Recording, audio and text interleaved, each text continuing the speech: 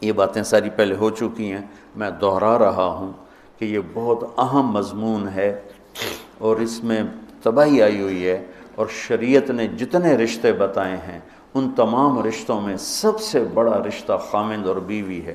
والدین کا بھی اتنا اہمیت قرآن نے نہیں بیان کی، بہن بھائیوں کی اتنی اہمیت بیان نہیں کی کہ والدین کے لیے چند آیات، بہن بھائیوں کے لیے چند آیات، باقی رشتوں کے لیے چند آیات، اور خامند بیوی کے لیے سینکڑوں آیات ہیں، سینکڑوں۔ قرآن بھرا پڑا ہے کہ یہ رشتہ بچ جائے، چونکہ باقی رشتے ٹوٹتے نہیں، یہ ٹوٹ جاتا ہے۔ میرا باپ سے رشتہ، میری اطاعت اور فرمان برداری ہو یا نافرمانی ہو، میں اپنے باپ کا بیٹا ہوں۔ میں اپنی ماں کو تنگ کرتا ہوں یا خوش رکھتا ہوں، میں اپنی ماں کا بیٹا ہوں، یہ رشتہ نہیں ٹوٹتا۔ میری بھائی سے لڑائی ہے یا صلح ہے، یہ رشتہ نہیں ٹوٹتا، لیکن خامند بیوی کا رشتہ ٹوٹ جاتا ہے، ایک بول پہ ٹوٹ جاتا ہے۔ تو ایک بات رہ گئی تھی کہ لباس آدمی اپنی پسند کا خریدتا ہے۔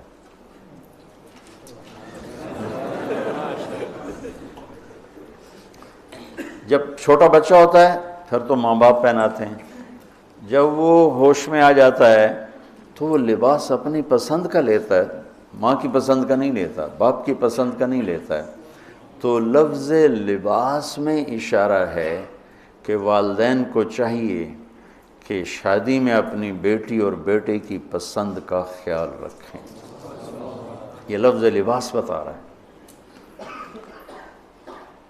کہ جب ہم چھوٹے تھے ہمیں ماں باپ جو پہناتے تھے ہم پہن لیتے تھے، جب سے ہم نے شعور میں قدم رکھا ہے تو اب ہم اپنا لباس خود ہی خریدتے ہیں، چاہے وہ نیلا ہو، پیلا ہو، کالا ہو، سفید ہو۔ مجھے سفید پسند ہے، زندگی گزر گئی سفید کرتے شلوار میں۔ تو لباس میں اس بات کی طرف اشارہ ہے کہ لڑکے لڑکی کی پسند اور ناپسند کو دیکھا جائے۔ ہمارے معاشرے میں بیٹیوں سے تو پوچھتا ہی کوئی نہیں، اور بیٹوں پر بھی مسلط کرتے ہیں، ایتھے ہی کرنی ہے، بس ہمارا فیصلہ ہے۔ والدین سے کہتا ہوں اللہ کے واسطے، یہ اللہ نے شریعت نے حق رکھا ہے بچے کا، میں نے قبول کیا، لڑکا کہتا ہے، باپ تو نہیں کہتا ہے۔ تو جس نے کہنا ہے میں نے قبول کیا تو وہ قبول تو کرے۔ ایک صحابی نے آ کے عرض کی یا رسول اللہ میں نے وہ نکاح کا پیغام دیا ہے، تو آپ نے فرمایا تو نے وہ لڑکی کو دیکھا ہے؟ کہا جی نہیں۔ آپ نے کہا دیکھ لو، کہ تم نے زندگی گزارنی ہے، دیکھ لو۔ اتنی گنجائش رکھیے کہ لڑکا لڑکی بیٹھیں، آپس میں بیٹھیں، ایک دوسرے کو دیکھ لیں، بات چیت کر لیں، تو انہوں نے زندگی گزارنی ہے۔ تو ہمارا ماحول ہے کہ یہ بھی ہندو سے آیا ہوا معاشرہ ہے کہ وہ ذات پات میں پھنسے ہوئے تھے، بس ہم نے راجپوتوں میں کرنا اور کہیں نہیں کرنا، ہم نے جاٹوں میں کرنا اور کہیں نہیں کرنا، ہم نے ارائیوں میں کرنا اور کہیں نہیں کرنا، ہم یہ ہیں، ہم اس کے علاوہ اور کہیں نہیں کرتے۔ یہ پورے ہمارے ماحول میں ایک چیز رچی ہوئی ہے۔ کتنے بچے میرے پاس آتے ہیں، بچیوں کے فون آتے ہیں، ماں باپ زبردستی شادی کر رہے ہیں، میرا دل نہیں کر رہا لیکن وہ زبردستی کر رہے ہیں۔ تو اگر زبردستی کریں تو پھر مان جاؤ، قربانی دے دو، پھر بغاوت نہ کرو، قربانی دے دو۔ چونکہ ایک اس کے ضد میں انتہا کی بات ہو رہی، وہ ہے کورٹ میرج، کہ بعض بچے بچیاں اتنے باغی ہو جاتے ہیں کہ وہ عدالت میں جا کے اپنا نکاح کر لیتے ہیں۔ میں اس کو ٹھیک نہیں سمجھتا کہ ماں باپ کی دعائیں ہمیشہ کے لیے ختم ہو جائیں گی۔ ماں باپ زیادتی کرنے پر آ گئے ہیں، مان جاؤ اور اللہ سے مانگو، اللہ پاک اس میں آپ کے لیے بہتری کی شکلیں بتائے گا۔ اس کیمرے کے ذریعے سے لوگ جو سن رہے ہیں، سارا ملک تو نہیں سن رہا ہے لیکن جو سن رہے ہیں، یہ شادی بچے کا معاملہ ہے، بچی کا معاملہ، اللہ کے واسطے پوچھا کرو، پوچھے بغیر کرنا زیادتی ہے۔ میرے نبی کی حدیث سناتا ہوں، ما تزوجت وما زوجت الا بوحی من السماء نزل به جبریل۔ میں نے شادی کی یا بیٹی کی شادی کی، پہلے آسمان سے وحی آئی، جبریل آئے، پیغام لائے، حکم لائے، پھر میں نے یہ کام کیا۔ ٹھیک۔ حضرت علی رضی اللہ تعالیٰ عنہ پیغام لے کر آئے ہیں۔ پہلے ابوبکر صدیق نے رشتہ مانگا، آپ خاموش یعنی انکار۔ عمر رضی اللہ تعالیٰ عنہ نے بات کی، خاموش یعنی انکار۔ عبد الرحمن بن عوف نے حضرت علی سے کہا تم جاؤ۔ وہ فرمانے لگے میں تو بہت غریب ہوں، میرا تو گھر بھی اپنا نہیں، مجھے دے دیں گے؟ کہاں دے دیں گے، تم جاؤ۔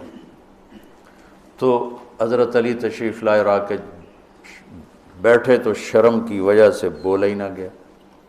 تو آپ نے فرمایا علی کیسے آئے؟ وہ چپ۔ اب آپ کو تو پتہ تھا علی کیسے آئے، آپ تو اندر دیکھ رہے ہیں۔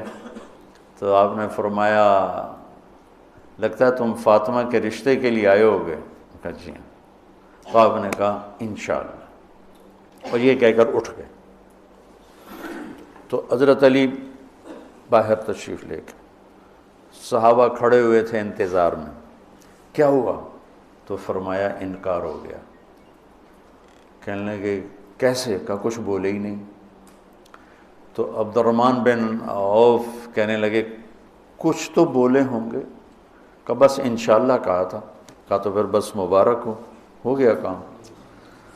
تو حضرت علی نے پوچھا وہ کیسے؟ کہا اس لیے کہ نبی کا انشاءاللہ ہاں ہوتا ہے، لہذا تیرا کام ہو گیا۔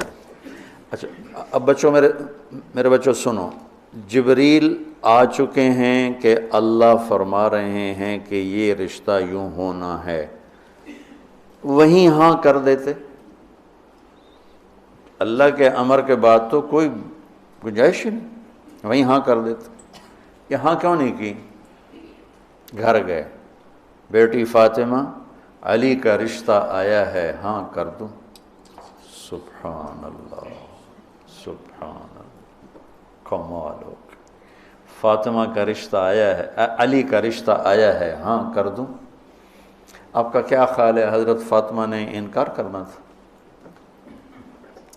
جنت کی سردار، نبی کے جگر کا ٹکڑا، وہ انکار کرتے ہیں؟ یہ تو آج کی بچے ہماری بیچاری چپ کر کے بیٹھ جاتی ہے، اچھا جی میں تھوڑی مرضی۔ اور وہاں ہمیں تو پتہ نہیں کہ وہی کیا ہے، یہاں تو وہی آ چکی ہے کہ علی اور فاطمہ کی جوڑی آسمان پہ طے ہو چکی ہے۔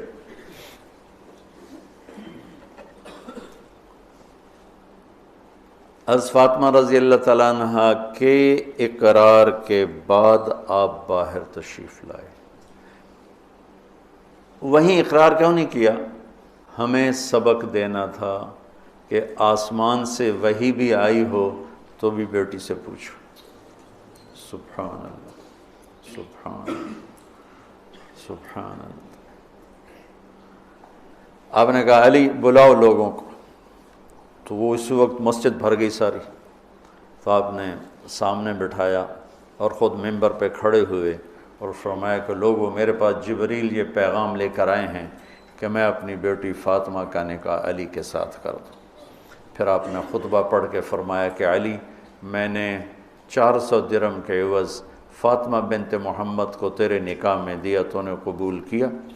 تو انہوں نے کہا قبل، تو میں نے قبول کیا اور سجدے میں چلے گئے اور زور سے دعا مانگی، رب اوزعنی ان اشکر نعمتک التی انعمت علی وعلی والدی وان اعمل صالحا ترضاہ واصلح لی فی ذریتی انی تبت الیک وانی من المسلمین۔ یہ دعا مانگی اور اللہ کے نبی نے کہا آمین۔ آپ نے زور سے اوپر سے کہا آمین۔ پھر آپ نے سارے شرکائے نکاح کو شہد کا شربت پلایا اور کھجور کھلائی، شہد کا شربت اور کھجور کھلائی۔ تو آسمانی وحی کے بعد بھی باپ پوچھ رہے ہیں کہاں کر دوں؟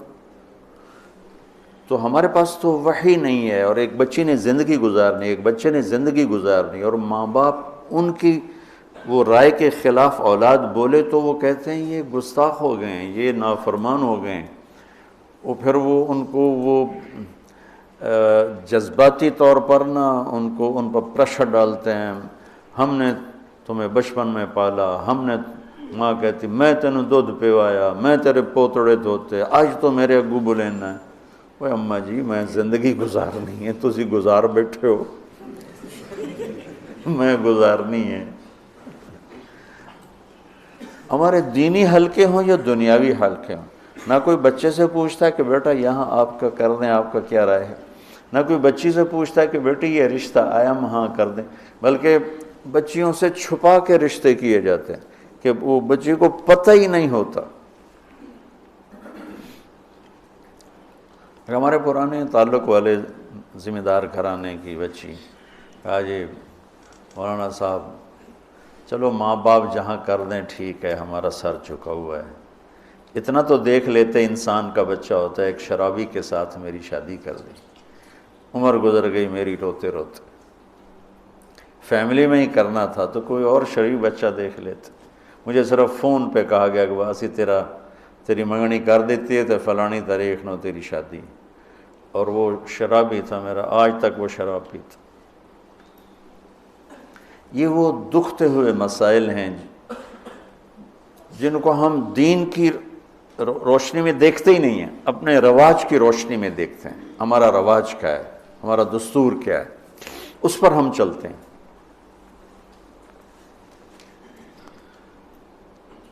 تو میرے نبی نے ہم عمر سے شادی کی، سودا،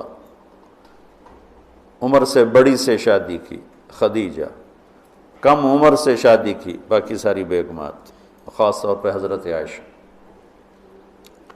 مطلقہ سے شادی کی زینب، بیوہ سے شادی کی خدیجہ، حفصہ، کماری سے شادی کی عائشہ رضی اللہ تعالیٰ عنہ، مالدار سے شادی کی خدیجہ، غریب سے شادی کی جویریہ، باندی ہو کر آئی ہیں، ہمسر سے برابری میں شادی کی ام سلمہ، ام حبیبہ، اپنے خاندان میں شادی کی عائشہ، ام حبیبہ، ام سلمہ، یہ حفصہ، یہ قریش ہیں، خاندان سے باہر قوم میں شادی کی جویریہ، میمونہ، قوم سے بھی باہر یہود میں شادی کی صفیہ رضی اللہ تعالیٰ عنہ۔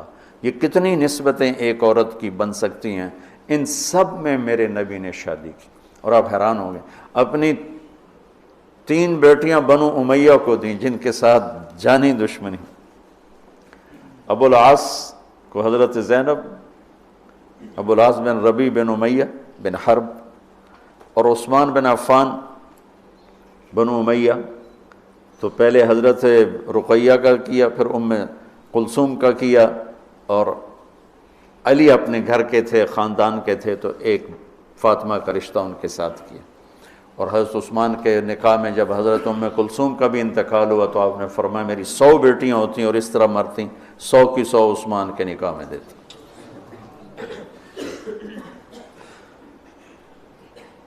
یہ معاشرت کے احکام کو اللہ روزے کے درمیان لے کر آئے، اوپر بھی روزہ ہے نیچے بھی روزہ ہے، اور اس کے بیچ میں اللہ تبارک و تعالی ہمیں یہ دکھا رہا ہے کہ معاشرت عبادات کی طرح ہے، عبادت کی طرح ہے، معاشرت خوبصورت نہیں ہوگی تو ہمارا دین خوبصورت نہیں ہوگا، میں بیوی کو عزت نہیں دوں گا۔ دیکھو طنز کا بول ایسا جیسے کپڑے پھاڑ دینا، بے عزت کرنے کا بول ایسا جیسے کپڑے پھاڑ دینا، اور میں کتنا ہی پاگل ہو جاؤں غصے میں اپنا کرتا خود نہیں پھاڑتا ہوں، میں کسی کا کرتا تو پھاڑوں گا، اپنا نہیں پھاڑوں گا۔ تو میری بیوی میرا لباس ہے، مجھے غصہ چڑھا ہوا ہے، مجھے گلہ آیا ہوا ہے، تو میں لباس پہ ہاتھ نہیں ڈالوں گا۔ یہ میں کیا کہہ رہا ہوں کہ میں بیوی کی دل شکنی نہیں کروں گا، بیوی خاوند کی دل شکنی نہیں کرے گی، برداشت کریں گے، تب جا کر یہ رشتہ خوبصورت ہوگا۔ دنیا میں کسی بھی رشتے کو باقی رکھنے کے لیے برداشت کے سوا کوئی قانون نہیں، اور اس رشتے کے لیے برداشت سب سے زیادہ ہے کہ برابری کا رشتہ ہے، کبھی خاوند گرم کبھی بیوی گرم، پھر دونوں ہی گرم تو پھر آگ بھڑکے گی اور بڑھتی چلی جائے گی۔ ایک بچہ مجھے آ کے ملا ملتان سے، ٹاپ کیا اس نے پورے پنجاب میں ایف ایس سی میں، تو کہا جی میں 2 دفعہ خودکشی کی کوشش کر چکا ہوں۔ میں نے کہا تم اتنے پڑھنے لکھنے والے بچے، تم کیوں خودکشی؟ کہا جی میرے ماں باپ دونوں آپس میں اتنا لڑتے ہیں کہ ان کی لڑائی سے بددل ہو کر میں نے 2 دفعہ خودکشی کی کوشش کی۔ تو میرے نبی نے 11 گھر آباد کر کے ہمیں زندگی سکھائی ہے کہ اس خوبصورت رشتے کو کیسے نبھانا ہے۔